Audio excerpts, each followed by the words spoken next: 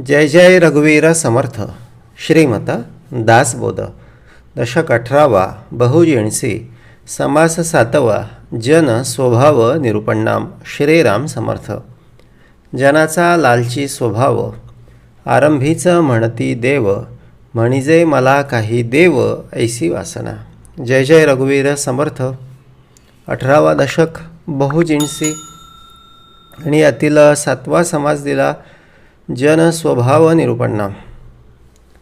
आता 18व्या दशकामध्ये समर्थांनी अत्यंत मर्माच्या सगळ्या भूमिका आम्हाला दाखवल्या. अर्थातच मर्माची भूमिका म्हणजे काय आहे? जिन्नस आहे. खरं जर बघितलं ना तर या सगळ्या अखिल सृष्टीमध्ये जन्माला येऊन, सर्व संसारामध्ये जन्माला येऊन मनुष्याकडे काय भूमिका असायला पाहिजे? तर मी देवाचा आणि देव माझा, हीच भूमिका प्राप्त करून घेण्याचा प्रयत्न त्याने अहोरात्र केला पाहिजे, आयुष्यभर केला पाहिजे. दशक 18वा. येथे कशासाठी राहायला आलेलो आहोत आम्ही? तर बोलले त्या सगळ्या बहुंमध्ये दडलेली ती एक जे जिन्नस आहे ना, त्या जिन्नसला भेटण्यासाठी म्हणा किंवा त्या जिन्नसला ओळखण्यासाठी. खरं तर ती जिन्नस आमच्या देखील आतमध्ये आहे. पण होतं काय? तर जन स्वभाव निरूपणाम समास 7वा. आमचा स्वभाव नडतो. आता स्वभाव कसा आहे? जनाचा लालची स्वभाव.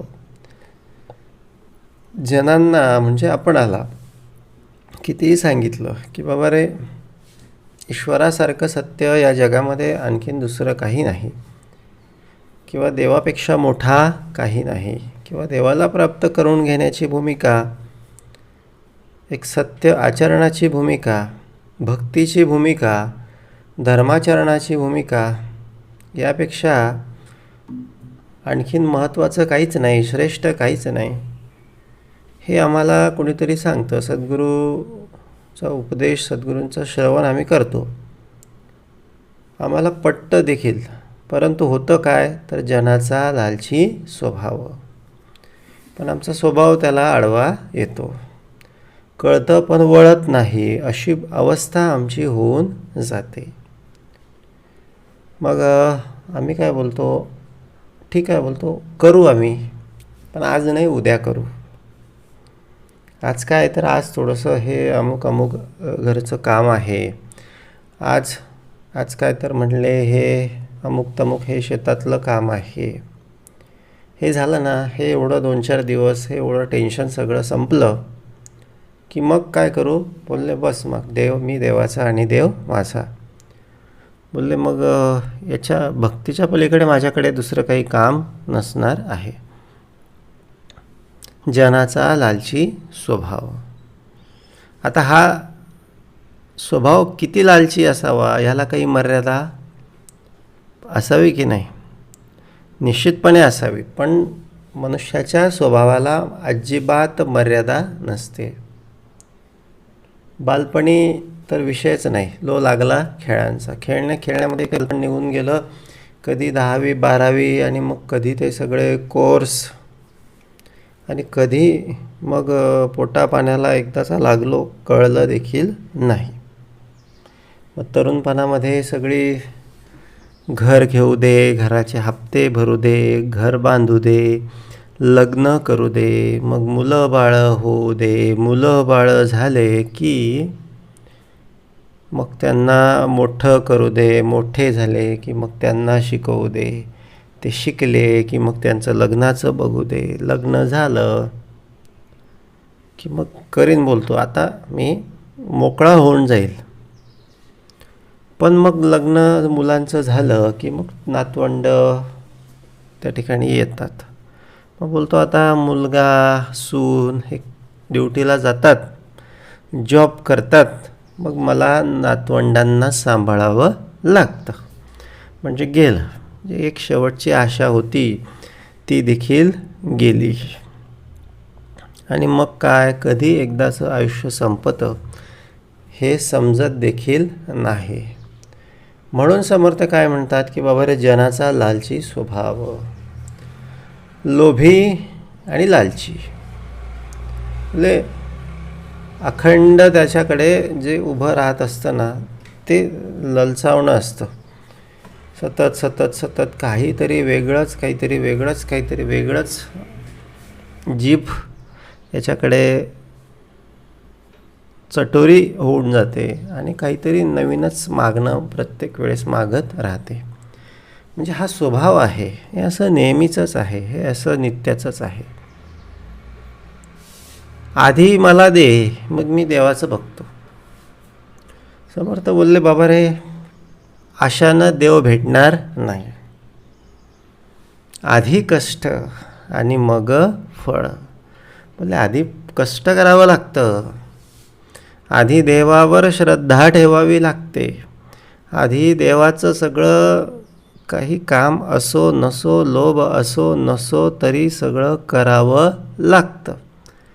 आणि हे केल्याच्या नंतर बोलले मला काही मिळेल का न मिळेल अशी भूमिका जो जो या ठिकाणी ठेवून बसला, बोलले त्याचं निश्चितपणे भगवंतानं काय केलेलं आहे तर कल्याणच केलेलं आहे. बोलले असं साबणासारखं नाही. बोलले असं एखाद्या कपडे धुण्याच्या साबणासारखं आधी वापरून पहा मग विश्वास ठेवा, असा हा भाग नाही.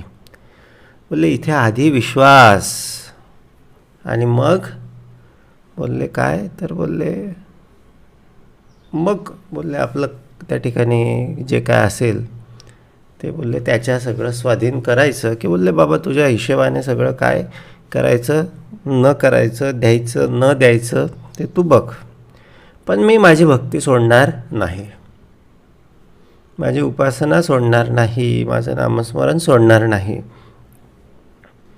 ही अशी भूमिका ज्याने ज्याने घेतली ना, त्याच्या पाठीशी तो निश्चितपणे उभा राहिलेला आहे. अवतीभोवती वेगवेगळ्या रूपांनी तो वावरत असतो. प्रारब्धात नसलं तरी त्याच्या कृपेनं काही गोष्टी तो करून जात असतो. निदान जे भलं मोठं दुःख, भला मोठा पहाड येणारा असतो कर्माच्या सगळ्या संयोगानं, कर्मधर्म संयोगानं, निदान त्याच्यातला बराचसा भाग तो स्वतःवर घेतो आणि काय करतो, आणि आपल्या भक्तांचं रक्षण करतो. उदाहरणार्थ द्रौपदीने भगवंताच्या हाताला त्या ठिकाणी वस्त्र बांधलं, काहीतरी इजा झाली आणि वस्त्र बांधलं. आता यामागची मुख्य भूमिका काय आहे? आता भगवंताला कधी लागू शकतं का की तो लागवून घेतो, हे पाहावे आपणासी आपण. बोलले त्याने स्वतःला इजा करून घेतली. का करून घेतली? कारण भविष्यकाळ माहिती होता, येणाऱ्या काळामध्ये आपल्या भक्तावर खूप मोठी भूमिका किंवा खूप मोठं संकट त्या ठिकाणी येणार होतं. मग त्या ठिकाणी सोडवायचं आहे, मग काय तर आधी कष्ट आणि मग फळ, आधी परीक्षा घेतली.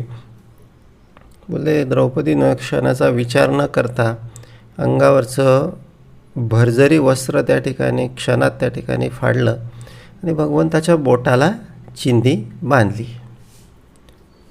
बघा, वस्त्र किती मोठं असतं आणि चिंधी किती छोटी असते. पण यातलं मर्म असं आहे की बोलले एक चिंधीभर भगवंतासाठी केलेलं कर्म, त्याच्या बदल्यात भगवंतानं किती दिलं तर त्या कुरुक्षेत्रातील म्हणा किंवा त्या हस्तिनापुराच्या सभेमध्ये म्हणा, भगवंतानं जे असंख्य वस्त्र पुरवले त्याला जर त्या चिन्हीनं भागलं तर तेवढ्या पटीनं भगवंत देतो, हे त्या ठिकाणी सिद्ध होतं. आता किती साधारण किती येईल बरं? आता एका सगळ्या त्या साडीमध्ये म्हणा किंवा त्या शालूमध्ये, वस्त्रामध्ये चिंध्या करायच्या जर ठरल्या तर निश्चितपणे अशा 100, 150, 200 चिंध्या 200 चिंध्या आरामशीर होतील की ज्या बोटाला बांधता येतील. आता असे कितीतरी वस्त्र, इतके वस्त्र पुरवले की ते सगळी कौरव परंपरा सगळी वस्त्र काढून ओढून सगळी थकून गेली. मग देणे ईश्वराचं कसं असतं? नसे अंतना पार ज्याच्या रूपाला. त्याच्या देण्याला काहीच अंत नसतो. पण समर्थ काय म्हणाले बाबा रे, निदान आधी चिंधे का होईना बाबा, पण आधी बांध. म्हणजे कसं, मग त्याला पण सांगता येतं. त्याच्याकडे तो भावाचा भुकेला, तो भोळा भावडा, त्याला हिशेब येत नाही. तो बोलतो ह्याने मला बांधलं ना, याने मला दिलं ना चिंधी, मग आता याला किती लागतं तेवढं मला सांगायचं. बाकीचं मी त्याच्या प्रारब्धात, त्याच्या शिल्केत काय असेल नसेल ते मी माझ्याजवळचं देणार. म्हणून बोलले आधी विश्वास ठेवायला पाहिजे आणि मग वापरून बोलले मग प्रचिती घ्यायला पाहिजे. लालची स्वभाव संसारामध्ये चांगला असतो, पण परमार्थासाठी बोलले तो मनुष्याला भगवंताची अनुभूती भेटू देत नाही. परमार्थामध्ये आल्यानंतर ना त्या लोभाला घरीच ठेवून यायचं. बोलले बाबा देशील तर दे, नाही तर नको देऊ. करशील तर कर, नाही तर नको करू. मी देवाचा आणि देव माझं दुःख हरण करशील तर कर, माझा भाग सोडवशील तर सोडव, पण मी तुझा भक्ती, तुझी सेवा, तुझी उपासना केल्याशिवाय राहणार नाही. असा निश्चय ज्याने घेतला त्याच्यासाठी तो भगवंत निश्चितपणे धावून आला. जनाचा लालची स्वभाव आरंभीच म्हणती देव. बोले आधी लोक म्हणतात की मला काहीतरी दे, पण समर्थ बोलले आधी दे म्हणण्यापेक्षा आधी देवदेव करावं आणि मग नंतर भले तर दे म्हणावं. नंतर आधी जर मनापासून देव केलं ना, नंतर दे म्हणायचं काम पडत नाही. म्हणजे मला काही देव ऐसी वासना. असं त्याचं नावच देव आहे. तो बोलले देण्यासाठीच आहे, पण देण्यासाठी काही असतं की नाही. आता आम्ही पण आहोत, आमच्याकडे पण भरपूर येतात लोक, मित्र येतात, नातेवाईक येतात म्हणा, घरचे दारचे मागतात, बऱ्याचदा मागतात काहीतरी पैसे द्या, अमुक द्या, तमुक द्या. मग आम्ही असं सगळ्यांनाच देतो का? नाही. आता काही नातेवाईक बोलले जे जवळचे आहेत म्हणा, किंवा त्यांना त्यांचा व्यवहार चांगला आहे म्हणा, किंवा ते परत सगळं वेळेवर आणून देतात म्हणा, किंवा मित्र म्हणा, म्हणजे अशांना आम्ही देत असतो. आणि बाकीच्यांना मग काय, आता तर संपले, किंवा आता नाही येत, किंवा आता अडचण आहे, असं काहीतरी सांगून मनुष्य काय करतो तर टाळत असतो. म्हणजे मला काही देव ऐसी वासना. म्हणजे तिथे मनुष्यानं काय बघितलं, तिथे क्रायटेरिया ठेवला, काहीतरी निकष ठेवले, घेणाऱ्याची पात्रता बघितली. बोलले माणूस एवढा छोटा पाणी असून तो एवढं सगळं बघतो, मग त्या भगवंताला पण काही लागेल की नाही. त्याला फक्त प्रेम हवं असतं, भाव हवा असतो, भक्ती हवी असते. आणि त्याला जिथे ती मिळाली तिथे मग तो काही त्या ठिकाणी हिशेब ठेवत नाही. काहीच भक्ती केली नसता आणि इच्छिती प्रसन्नता, जैसे काहीच सेवा न करिता स्वामीस मागते. समर्थ बोलले मग असे बरेच जण असतात की बोलले नुसते देहानं हजेरीनं परमार्थामध्ये असतात. पण काहीच भक्ती केली नसता. कधी मनापासून त्यांनी बोलले भक्ती कधी केली नाही, कधी मनापासून ईश्वराचं नाव घेतलं नाही, किंवा त्यांच्या हृदयामध्ये थोडं देखील प्रेम शिल्लक राहिलं नाही, काहीच भक्ती केली नसता. आणि इच्छिती प्रसन्नता. आणि बोलले मग ते म्हणतात आम्ही फक्त जातो ना, बोलले आम्ही फक्त येतो ना, मग आम्हाला हे पण पाहिजे, ते पण पाहिजे, अमुक पण पाहिजे, तमुक पण पाहिजे. जैसे काहीच सेवा न करिता स्वामी समागती. काहीच काम करणार नाही आणि पगार मिळायला पाहिजे, वेळेवर मिळायला पाहिजे, असं कसं होईल बरे. आपण आपल्या कर्तव्यावर जातो, त्या ठिकाणी अत्यंत प्रामाणिकपणे कर्तव्य पार पाडावं लागतं, कष्ट करावे लागतात. तेव्हा कुठे बोलले स्वामी काय देत असतात किंवा आपले मालक पगार देत असतात. म्हणजे इथे कामाच्या ऐवजी भावाचा सगळा विषय आहे. स्वामी समागती मुळात मागती हे बाहेर आहे, बाहेरचा सगळा विषय आहे. इकडे मागायची गरज नाही, सगळं काही त्याला माहीत असतं. बोलले फक्त आमच्याकडे काय भूमिका आहे तर फक्त सेवा करणे. म्हणजे आम्ही सेवा करत गेलो की स्वामी बरोबर त्या ठिकाणी न मागता सगळं देत असतात. स्वामी समागती.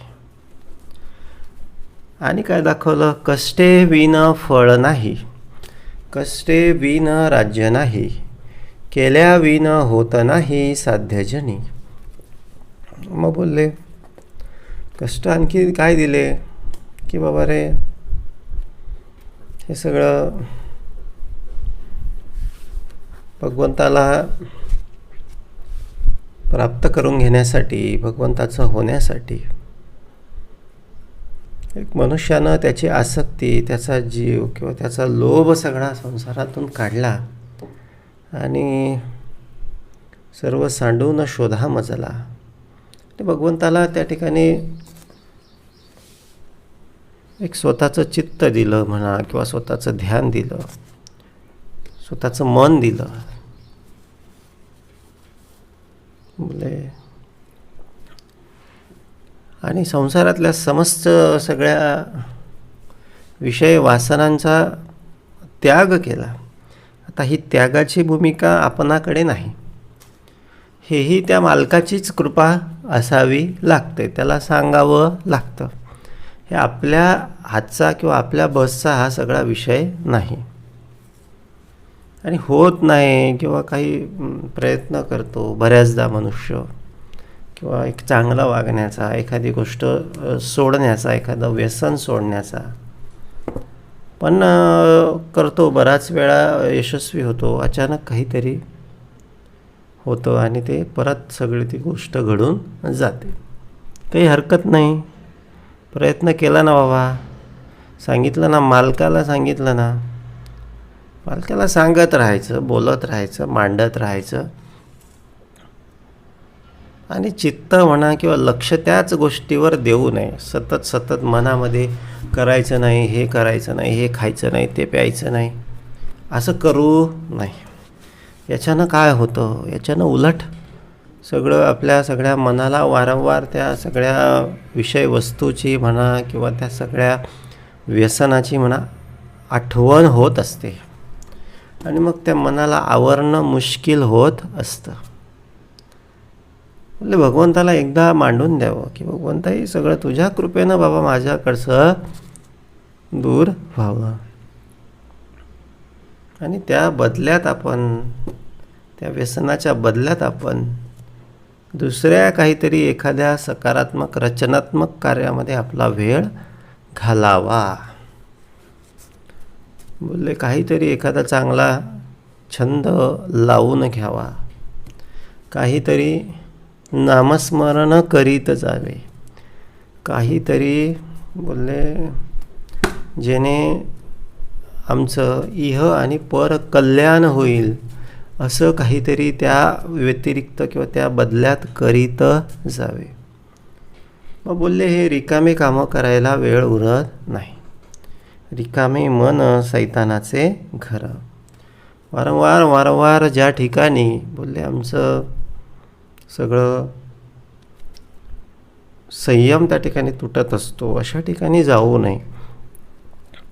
किंवा एखाद्या ठिकाणी एखाद्या व्यक्तीला एखाद्या वस्तूला पाहून काही गोष्टी क्लिक होत असल्यास शक्यतोवर अशा ठिकाणी अशा जागी किंवा अशा व्यक्तींच्या सहवासात कमीत कमी जावं.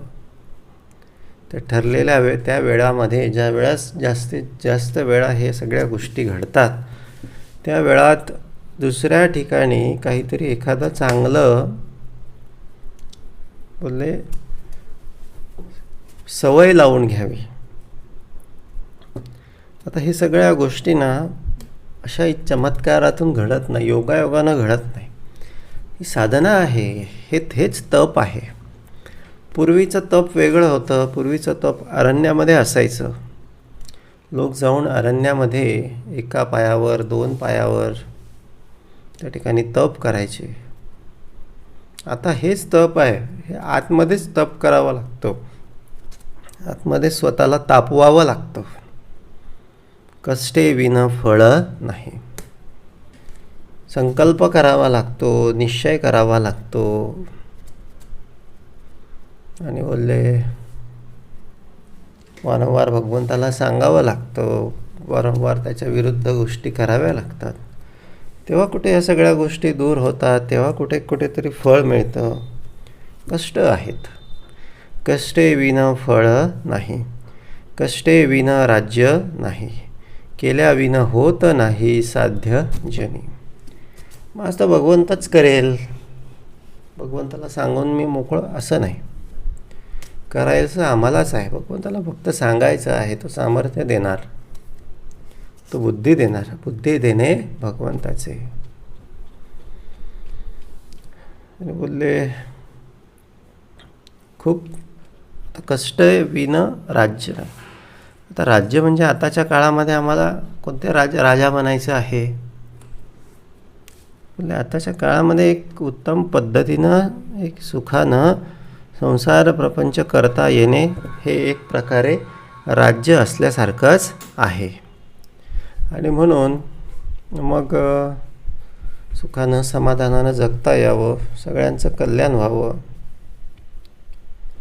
त्यासाठी हे कष्ट करावे लागतील. उपासनेचे कष्ट आहे, उत्तम कर्माचे कष्ट आहे, भगवंताच्या भक्तीचे सगळे कष्ट आहेत. भक्ती कर्म म्हणजे या दोन्ही भूमिका उत्तम असल्यासच राज्य प्राप्ती होत असते. भक्ती उत्तम आहे पण कर्माची भूमिका उत्तम नाही. भक्तीचं फळ म्हणून बोलले परलोक सुधारेल, पण आधी केलेल्या त्या सगळ्या चुकीच्या कर्माचं फळ म्हणून भोग भोगावे लागतील.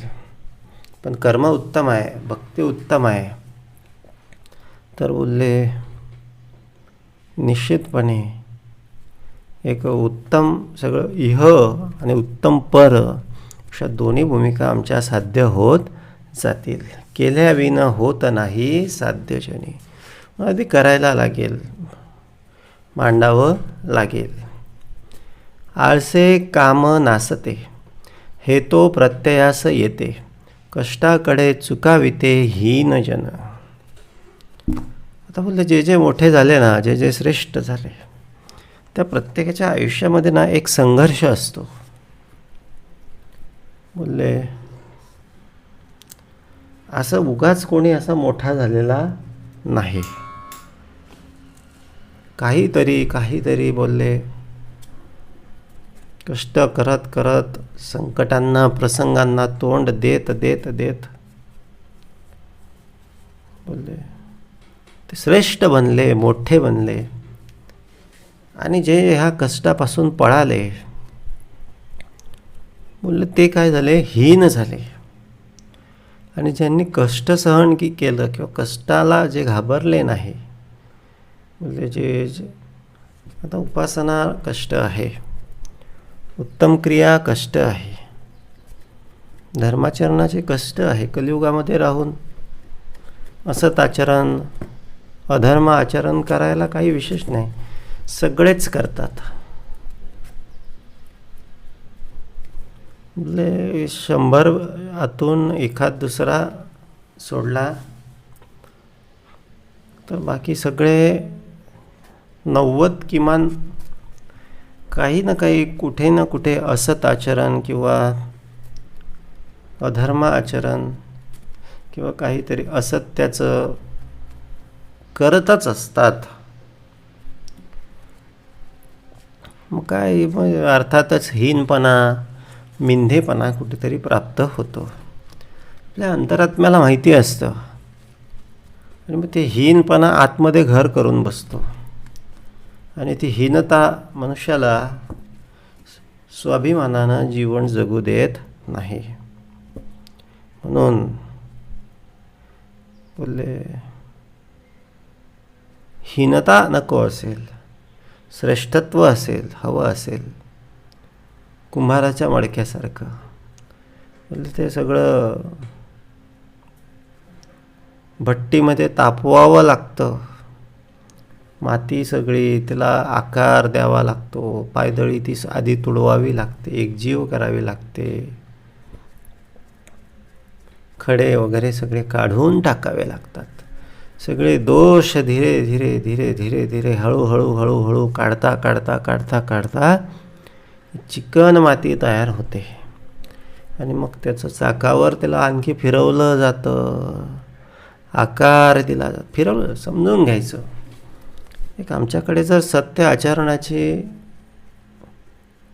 भूमिका असेल आणि तरी देखील कष्ट येत आहेत असं वाटत असेल तर समजून घ्यायचं की आता समर्थ खडे काढत आहेत, चाकावर फिरवत आहेत, भट्टीमध्ये तापवत आहेत. का तर हे मडकं टन टन वाजलं पाहिजे, या मडक्यामध्ये पाणी थांबलं पाहिजे, अतिशय थंडगार पाणी या मडक्यामध्ये झालं पाहिजे. बोलले कष्टाला घाबरू नये, बोलले त्रासाला त्रासू नये, नाही अन्यथा हीनपणाची भूमिका सगळी पदरात येते. आधी कष्टाचे दुःख सोसिती, ते पुढे सुखाचे फळ भोगिती. आधी आळसे सुखावती, त्यासी पुढे दुःख. साधं सोपं आणि सरळ आहे. ज्याने आधी कष्ट सोसलं, म्हणजे जो असा चाकावर फिरला, जो असा भट्टीमध्ये तापला, ते मडकं टणटणच वाजणार. पण जे मडकं बोलले या सगळ्या चाकावर फिरायला मानलं नाही, भट्टीमध्ये थांबलं नाही, मग ते काय राहिलं, कच्चं राहिलं. त्याच्यात जेव्हा पाणी भरलं, सामर्थ्य बोलले सुख भोगण्याची वेळ आली, मग तेव्हा ते मडकं काय झालं तर फुटलं, त्याच्यामध्ये पाणीच थांबलं नाही. पण जे भाजलेलं होतं त्याच्यामध्ये मात्र पाणी थांबलं. म्हणून बोलले आधी कष्ट सोसायला, थोडंसं मेहनत करायला, थोडंसं एखादी व्यसनाची भूमिका असेल, एखादा विषयांचा भाग आपल्याकडे असेल, एखादी असत क्रिया आपल्याकडे असेल तर तिला सोडायला थोडासा त्रास होतो, काही हरकत नाही. भगवंताला सांगायचं, भगवंता ह्या मडक्याला थोडंसं चाकावर फिरव, थोडंसं भट्टीमध्ये तापव आणि मग काय याच्यातला हीनपणा काढून टाक आणि ह्याला महत्त्व येऊ दे. बोलले हे असं कष्ट आधी जर भोगलेलं असेल तर निश्चितपणे पुढे काय आहे तर थंडगार पाणी आहे, म्हणजे काय सुखाचे फळ भोगिती. आणि ज्या आधी आळसे सुखावती, त्यासी पुढे दुःख. म्हणजे मडकं कच्चं राहतं, त्याला असं कुठेतरी उकिरड्यावर फेकलं जातं, कुठेतरी दगडावर फेकलं जातं. मग मुलं येतात, ते मुलं ते खापर सगळं उचलतात आणि त्याच्यासोबत खेळत बसतात. म्हणून बोलले काय तापवून घ्यायचं, की असंच कुठेतरी बाजूला जाऊन राहायचं, पाहावे आपण असे आपण. यहलोक अथवा परलोक दोहीकडे सारिखाचा विवेक, दीर्घ सूचनेचे कौतुक कळले पाहिजे. आता इह असू द्या की परलोक असू द्या, दोन्हीकडे ही एकच एक भूमिका आहे. दीर्घ सूचनेचे कौतुक कळले पाहिजे. तर बोलले संसारात देखील बोलले परमेश्वर या निमित्तानं आपणाला काय सांगत आहेत, तर बोलले दीर्घ सूचना, की बाबा रे या संसारात देखील आधी कष्ट केले पाहिजे, मग त्यातून काहीतरी धनद्रव्य मिळवून ठेवलं पाहिजे, ते राखून ठेवलं पाहिजे, भविष्याची सगळी तरतूद करून ठेवली पाहिजे. आणि परमार्थाचं तर काय, तर बोलले हा एकमेव मनुष्यजन्म असा असतो की त्या मनुष्यजन्मात येऊन भक्ती करता येते. मनुष्यजन्म सोडून बाकीच्या सगळ्या जन्मामध्ये मेळविती तितुके भक्षिती, ते कठीण काळी मरोन जाती. बोलले ते खाणं पिणं मैथून एवढंच त्यांना माहिती आहे. मनुष्य जन्मातच हा सगळा विषय आहे की बोलले याची देही याची डोळा, पाहेन म्हणे मी माझ्या मोक्षाचा सोहळा. बोलले काहीतरी परमार्थ करावा, काहीतरी भक्ती कर्म करावं, आणि याची देही याची डोळा मुक्त व्हावं. म्हणजे जी आहे आता ते मेल्यानंतरचा मोक्षाचा विषयच नाही. बोलले ते कुठे आहे, कसा आहे, कोणी बघितला, कोण कुठे जातो, हा विषय नाही. भगवंताला काय अभिप्रेत आहे, समर्थांना काय अभिप्रेत आहे, की बाबा याच सगळ्या जन्मामध्ये मी वासनामुक्त झालो पाहिजे. मी बोलले माझं चित्त शांत झालं पाहिजे, चित्ताची चलबिचल थांबली पाहिजे. या चित्तामध्ये ना भगवंताचा वास निर्माण झाला पाहिजे. बोलले एक निरवता, निर्गुणता, निर्विकारीपणा प्राप्त होणे म्हणजेच काय आहे, तर मोक्ष आहे. आणि जो असा इथे बनतो तोच पुढे मोक्षाला जातो असं म्हटलं जातं. म्हणजे ही सगळी क्वालिफाईंग मॅच आहे. मनुष्यजन्म म्हणजे काय आहे, तर पात्रता परीक्षा आहे. आता आम्ही इकडे द्वैतामध्ये बघतो वेगवेगळ्या सगळ्या पात्रता परीक्षा असतात.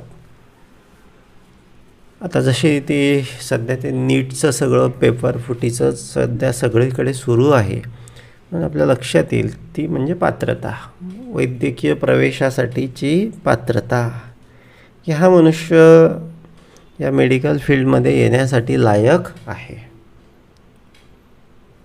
आता इकडे होऊ शकतात लीक पेपर, पण तिकडे नाही.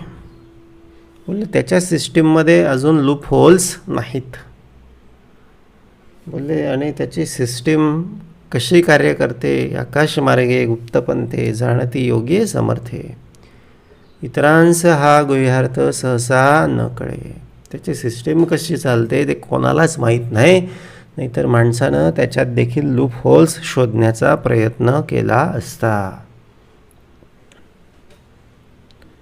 मग तशी पात्रता, बोलले याची देही याची डोळा, तशी शांतता, तसं समाधान, तसा आनंद, तसं निर्विकारपणा, बोलले ह्या हृदयामध्ये ह्या अंतःकरणामध्ये नांदावी. रघुनायका मागणे हेची आता. मग ही दीर्घ सूचना दिली समर्थांनी की बाबा रे संसारासाठी देखील भविष्याचा विचार कर, नियोजन कर. बोलले सगळे उद्याचं आहे, मुलांचं शिक्षण आहे म्हणा, किंवा मुलांचं सगळे किंवा इतर काही कार्य आहेत. एखादा 40ला असेल, एखादा 50ला असेल, एखादा 30ला असेल. प्रत्येकाचे कर्तव्य वेगवेगळे आहेत. माझे येणारे पुढचे सगळे कर्तव्य काय, आणि त्या दृष्टीनं मी आतापासून काय कुठले कामं केले पाहिजे म्हणा, किंवा काय शिक्षण घेतलं पाहिजे म्हणा, किंवा माझ्यामध्ये स्वतःमध्ये काय बदल घडवले पाहिजे म्हणा. इहलोक आणि परलोक दोहीकडे सारिखाच विवेक. दोन्हीकडे ही दीर्घ सूचना असावी लागते. आयुष्य म्हणजे ह्या सगळ्या लॉंग टर्म प्लॅनवर आम्ही कार्य करत राहिलो पाहिजे. त्यालाच खऱ्या अर्थानं विवेक म्हटलं जातं, की जो आयुष्याचं जे मूळ हेतू आहे, आयुष्यात येण्याचा, जन्माला येण्याचा, संसारात येण्याचा, त्या मूळ हेतूवर जो कार्य करत राहतो, किंवा त्या मूळ हेतूला जो ध्यानात ठेवून जो विविध सगळ्या गोष्टी आपल्या जीवनात करतो, तोच विवेकी आहे. दीर्घ सूचना, समर्थांनी ही दीर्घ सूचना म्हणजेच विवेक सांगितलेला आहे. दीर्घ सूचनेचे कौतुक कळले पाहिजे. बोले हे फार महत्त्वाची ओळ आहे. कौतुक कळले पाहिजे, सावध झालो पाहिजे. सावध झालो हरीच्या आलो जागरणा. हरीच्या जागरा आले पाहिजे. मेळविती तितुके भक्षिती, ते कठीण काळी मरोण जाती. दीर्घ सूचनेने वर्तती तेची भले. मेळविती तितुके भक्षिती. सकाळी कमवायचं, दिवसभर कमवायचं. 5 वाजेला 200 रुपये 500 रुपये समजा जी काय मजुरी मिळाली ती आणायची. त्यातलं काहीतरी मांस खरेदी केलं, मदिरा खरेदी केली. असे पण बरेच लोक आहेत. काहीतरी व्यसनाच्या सगळ्या गोष्टी केल्या, संपले 500 रुपये संपले. उद्या पुन्हा कामाला जायचं, पुन्हा सगळं संध्याकाळी सगळा खर्च करून मोकळं व्हायचं. मेळविती तितुके भक्षिती. झालं असं, आला कोविड. मालकाने सांगितलं, सारखं शासनाने सांगितलं लॉकडाऊन, आठवडाभर, महिनाभर, 2 महिने लॉकडाऊन, काम बंद, पगार बंद, घरी राहा, आराम करा. ते कठीण काळी मरोन जाती. सेविंगच नव्हती. मग आता काय करायचं? सेविंग पाहिजे की नको पाहिजे? पाहिजे होती. दीर्घ सूचनेने वर्तती तेची भले. आता हा झाला संसाराचा भाग. परमार्थाचं काय? परलोकाचं काय? इहलोक अथवा परलोक. असं म्हटलं जातं की यमलोकात जावं लागतं, हिशेब सगळा द्यावा लागतो. काहीतरी भक्तिकर्म केलेलं असेल तर सद्गती मिळते, किंवा त्या संबंधित देवी देवतांच्या लोकामध्ये जाण्यास आपल्याला मिळते. अन्यथा त्या ठिकाणी मग सगळ्या यातना सगळ्या भोगाव्या लागतात आणि मग खूप पश्चात्ताप होतो. खूप वेगवेगळ्या पद्धतीनं त्या या सगळ्या सूक्ष्म शरीराला वेगवेगळ्या सगळ्या भोगांना त्या ठिकाणी, वेगवेगळ्या सगळ्या यातनांना त्या ठिकाणी भोगावं लागतं. तर हे सगळं वेदांमध्ये आहे, शास्त्रामध्ये आहे. म्हणून दीर्घ सूचनेने वर्तती तेची भले. पण सगळ्या गोष्टी लक्षात घेऊन एक बॅलन्स आयुष्य, बॅलन्स आपलं सगळं जीवन आपण जगलो पाहिजे. आयुष्यातल्या सगळ्या काही गोष्टी आपण निश्चित केल्या पाहिजे. तत्वे निश्चित केली पाहिजे. नियम, तत्वे म्हणजे काय? नियम आपण घेतले पाहिजे की बाबा रे, अमुक करेल तमुक करेल, असं राहील तसं राहील, किंवा अमुक करणार नाही तमुक करणार नाही. याचा सगळा सारीपाट आपल्याकडे तयार असला पाहिजे. ज्याच्याकडे नियोजन असतं ना, तो त्या नियोजनाप्रमाणे सगळं कार्यवाही करतो. ध्येय असेल, लक्ष असलं ना, दीर्घ सूचना, लक्ष गोल, त्याला समर्थ म्हणतात दीर्घ सूचना. आणि त्याचा विवेक म्हणजे मग कठीण प्रसंग येतो ना, त्यावेळेस मनुष्य मरोन जाती अशी भूमिका त्या ठिकाणी होत नाही. दीर्घ सूचनेने वर्तती तेची भले. वेगवेगळे संत साधू सज्जन हे आज का म्हणून बोलले, एक धर्माचरण करत असतात, एक सत्क्रिया आचरण करत असतात. का त्यांना पण असं आपल्यासारखं असं मुक्त फिरावं, खावं प्यावं हिंडावं असं वाटत नाही. बोलले दीर्घ सूचना, दीर्घ सूचना, दीर्घ सूचना. दीर्घ सूचनेची कार्यवाही ते करत असतात, दीर्घ सूचनेवर अंमलबजावणी करत असतात. बोलले दीर्घ सूचनेने वर्तती तेची भले. ज्याने ज्याने ही दीर्घ सूचना विवेकाचा वापर केला त्याचंच भलं झालं. इहलोकीचा संचितार्थ. आता इहलोकामध्ये संचित करावं लागतं धनद्रव्य, आणि परलोकीचा परमार्थ. परलोकीसाठी परमार्थच कामात येतो. इहलोकामध्ये बोलले संचितच केलं नाही, आणि कठीण काळी कोविड काळ आला तर उपाशी मारावं लागतं, इकडे तिकडे उसनवारी करावी लागते, आणि परमार्थच केला नाही तर परलोकामध्ये फार वाईट अवस्था होते. संचिते विन व्यर्थ जीत मेले. संचिताशिवाय सगळं व्यर्थ आहे. इहलोकाचं असू द्या परलोकाचं असं. 500 कमवले ना, निदान 10% किमान 10% उद्यासाठी राखून ठेवले पाहिजे. काही सांगता येत नाही की उद्याचा वेळ कसा येईल, उद्या काय प्रसंग येईल. फुले या निमित्तानं समर्थ आम्हाला ही सगळी दीर्घ सूचना या ठिकाणी सांगत आहेत. काही झालं तरी ते तेवढे 10% उद्यासाठी आपण काढूनच ठेवू असं समजायचं. 500 रुपये कमवले ना तर 450 घरी आले असं समजायचं. 50चा विचारच करायचा नाही. एकदा मेल्याने सुटेना, पुन्हा जन्मोजन्मी यातना. आपणास मारी वाचविना तो आत्महत्यारा. बोलले असे हे काही एकदा मेल्यानं हे सगळं संपदा असं नाही. आता जर नाही आहे तर कभी नाही. अभी नाही तो कभी नाही हे आपण ऐकतो. कभी नाही म्हणजे याचा अर्थ काय, एकदा मेल्याने सुटेना. किती वेळा मरावं लागणार आहे. पुन्हा चूक दुरुस्त करण्यासाठी 84 लाख वेळा मरावं लागणार आहे. एकदा मेल्यानं सुटेना, पुन्हा जन्मोजन्मी यातना. प्रत्येक जन्मामध्ये यातना.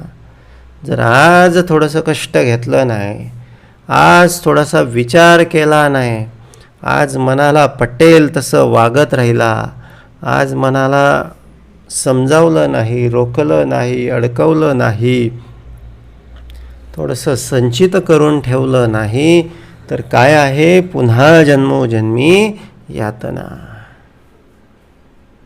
परत परत खूप वेळा. हे म्हणजे असं आहे, हॉटेलात गेला, हॉटेलात काहीतरी चहा नाश्ता केला पण पैसे नाही. मग त्याच्या बदल्यात मग काय करायचे तर भांडी घासायची. किती दिवस घासायची तर एकदा मेल्याने सुटेना, पुन्हा जन्मोजन्मी यातना. बोलले खाल्ली काय तर बोलले थोडेसे चहा आणि थोडेसे भजे, पण पैसे नव्हते. मग काय करावं लागलं, भांडी घासावी लागली. भांडी किती घासली, बोलले आयुष्यभरासाठी भांडी घासली असा त्याचा अर्थ झाला. पुन्हा पुन्हा पुन्हा पुन्हा पुन्हा पुन्हा. बोलले हे असं सगळं सुरू असतं. थोड्याशा भजीसाठी म्हणजे काय, अत्यंत थोड्याशा लोभासाठी म्हणा किंवा थोड्याशा वासनेसाठी एवढे सगळे वर्षभर आयुष्यभर भांडी घासायला पुरत नाही. त्यापेक्षा बाबा त्याचा त्याग करून, त्या थोड्याशा भजीचा थोड्याशा चहाचा त्याग करून, आता ही भजी आणि चहा कुठली आपली घरची नाही बरं का, हे म्हणजे हे चुकीच्या पद्धतीनं बाहेरची खाल्लेली, याचा आशय असा आहे. आपल्या प्रारब्धात नसताना उगाच इकडून तिकडून मारलेली. आणि मग त्याचं काय, तर बोलले पुन्हा जन्मोजन्मी यातना, वर्षभर आयुष्यभर भांडी घासायची. त्यापेक्षा बाबा एखाद दुसरा दिवस कुठेतरी दुसऱ्याकडे कामाला गेला असता काहीतरी, तर आयुष्यभर एक दिवस कामाला गेला तर निदान महिनाभर भजी खाशील, चहा खाशील, एवढा पैसा मिळतो. पण ते सोडून फुकटची सगळी, पैसे नसताना, शिल्लक नसताना किंवा आपलं घरचं नसताना बाहेर खायला गेला, तर काय बोलले, आपणास मारी वाचविना तो आत्महत्यारा. तर किती असे बाहेरची भजी चहा खाण्याच्या बदल्यात किती आत्महत्या होत आहेत, किती पेपरमध्ये सगळ्या बातम्या येत आहेत, किती खून होत आहेत. पहावे आपण असे आपण. आणि भजी तीच आहेत जी घरची आहेत ना, घरी पण आहेत बाहेर पण आहेत. पण बाहेरच्या भज्यांना थोडासा वेगळा फ्लेवर त्या कलीनं केला आणि काहीतरी वेगळं आहे, काहीतरी मोठं आहे असं म्हणून मनुष्याला घेऊन गेला. पण प्रत्यक्षात एवढं काही विशेष नव्हतं, हे झाल्यावर समजलं. आणि पण सिंह मात्र, वाघ मात्र शिकाऱ्याच्या सगळ्या जाळ्यात अडकला. मग आता वाघाचे नख पण काढले जातील, दात पण काढले जातील, खाल पण, कातडी पण सगळी काढली जाईल. काय काय केलं जाईल हे सांगता येत नाही. प्रतिजन्मी आत्मघात कोणे करावे गणित, या कारणे जन्ममृत्यूच केवी चुके. आता एक समर्थांनी सांगितलेली जी भूमिका आहे, इहलोक आणि परलोक, या दोन्ही भूमिकांमध्ये दीर्घदृष्टी, दीर्घसूचना ठेवली नाही आणि मनासारखं वागत राहिला आणि मग स्वतःची हानी केली. आयुष्यात मनुष्य या जन्मात तर झालंच, पण पुढचे सगळे जन्म कष्ट भोगले, प्रत्येक जन्माचा मृत्यू भोगला. म्हणजे जणू काही एका चुकीसाठी 84 लक्ष वेळा आत्महत्या केली किंवा स्वतःचा घात केला. म्हणून एकदा मेल्यानं सुटे ना, हे असे परत परतचा सगळा विषय आहे. विषय वाटतो सोपा, ज्या गोष्टी आम्हाला दिसत नाही किंवा ज्याचं प्रमाण नसतं. बोले असं असतं, दिसलं असतं तर कोणीच केलं नसतं, कोण कशाला सगळं. पण हेच सगळं गणित आहे, हेच सगळं गुपित आहे. ज्या अर्थी शास्त्र सांगतात, भगवंत सांगतो, समर्थ सांगतात, त्या अर्थी निश्चितपणे हे कुठेतरी भोगावं लागतं. बोलले त्याशिवाय, बोलले समर्थ कशाला सांगतील. आता हे एक नाही, हजारो आत्महत्या करणं झालं एका वेळेस. प्रतिजन्मी आत्मघात कोणे करावे गणित, या कारणे जन्म मृत्यू केवी चुके. दोन गोष्टी आहेत. एक गणित समर्थांनी आधी त्या द्रौपदीच्या आणि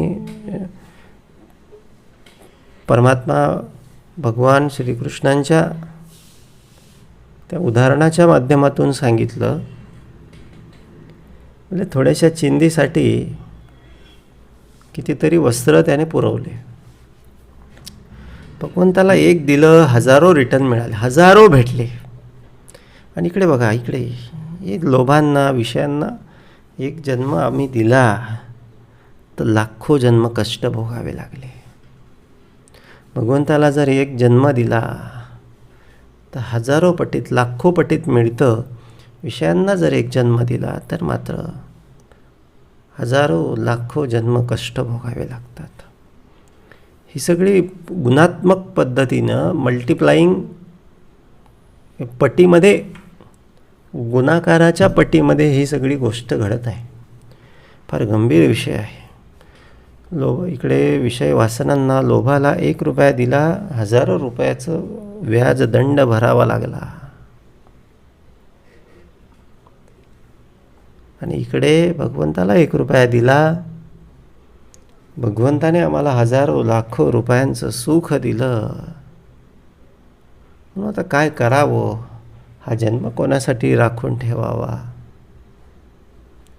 कष्ट करावे की न करावे ह्या भगवंतासाठी?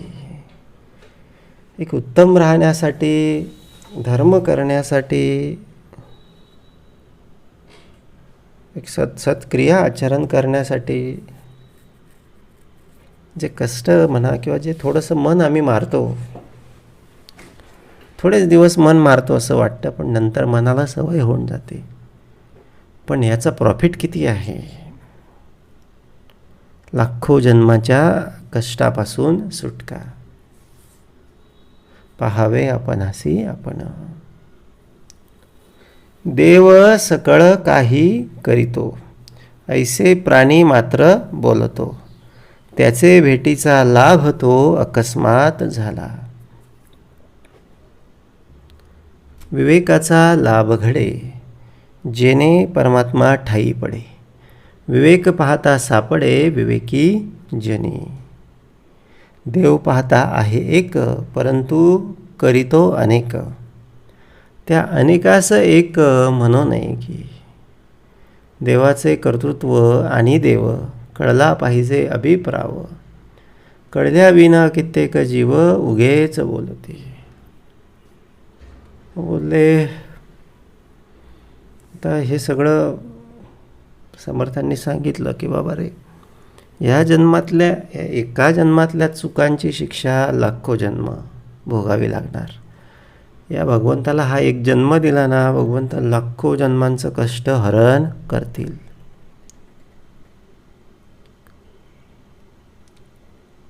बोलले हा सगळा एका जन्मापुरता सगळा विषय आहे.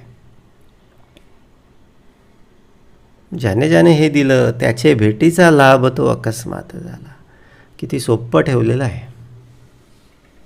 विशेषतः या सगळ्या कलियुगामध्ये फार सोपं भगवंताने करून दिलेलं आहे की बाबा रे,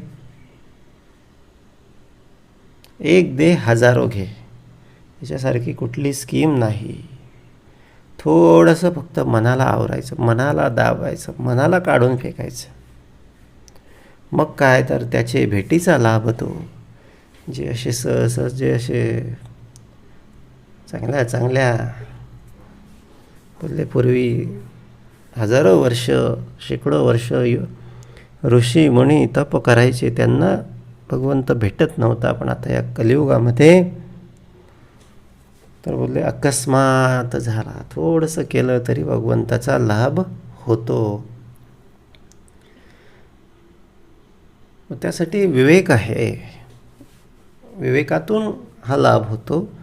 विवेकातून तो परमात्मा ठाई पडतो. त्यासाठी सद्गुरू पाहिजे.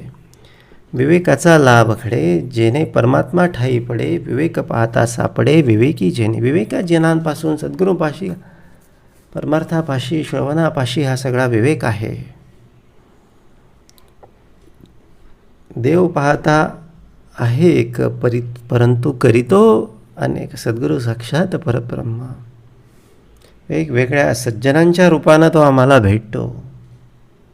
कधी सद्गुरूच्या रूपानं भेटतो, कधी मनुष्यांच्या वेगवेगळ्या सगळ्या रूपात भेटतो. परंतु करीतो अनेक. आणि वेगवेगळ्या सगळ्या गोष्टी बोलले आम्हाला त्या ठिकाणी तो सगळा सांभाळत असतो. त्या अनेकास एक म्हणू नये की. देवाचे कर्तृत्व आणि देव कळला पाहिजे अभिप्राव. कळल्याविना कित्येक जीव उगेच बोलते. मग हे सगळं मर्मातून घ्यावं लागतं. हे सगळं सद्गुरू आम्हाला दाखवून देतात. सद्गुरू सांगतात. सद्गुरू कृपेतून हा सगळं प्रसंग, हे सगळं मर्म कळून येतं. बाकी सद्गुरू कृपा नसेल तर हे आमच्या आवाक्याच्या बाहेरचा सगळा विषय आहे. धन्याचा तो माल, हे सगळं भगवंत त्याचंच आहे. देणारा, घेणारा, श्रवण करणारा, निरूपण करणारा हा सगळा तोच आहे. हे त्याचं त्याला समर्पित असो.